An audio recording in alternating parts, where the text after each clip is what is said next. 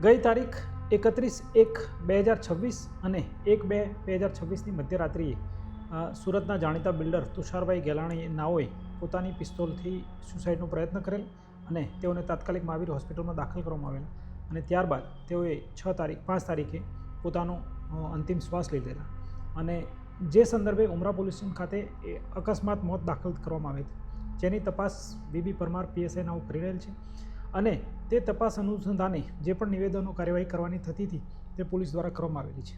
પરંતુ ગઈ તારીખ 12/2/2026ના રોજ તેમના મોટા દીકરી તન્વીબેન દ્વારા એક અરજી આપવામાં આવેલી છે, જે અરજી ઇન્ચાર્જ જી ડિવિઝન એસીપી તરીકે હું કરી રહેલ છું અને એ અરજીમાં છેલ્લા 3 દિવસથી નિવેદન લેવાની પ્રક્રિયા ચાલુ હતી, પરંતુ તેઓ કોઈને કોઈ વિધિમાં રોકાયેલા હોવાના કારણે પરિપૂર્ણ થઈ શકેલ નહોતું.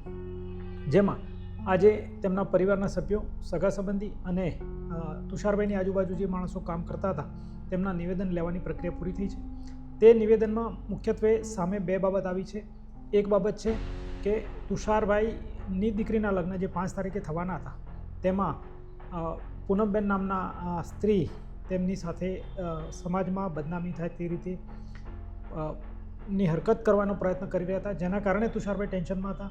અને બીજું કારણ એવું પણ હતું કે તુષારભાઈ ઘણા બધા પ્રયત્નો કરેલા હતા સમાધાન કરવા માટેના, પરંતુ તેનું કોઈ નક્કર પરિણામ પણ મળેલ ન હતું, જેના કારણે તુષારભાઈ પ્રેશરમાં હતા તેવું પરિવારનું હાલ કહેવું છે.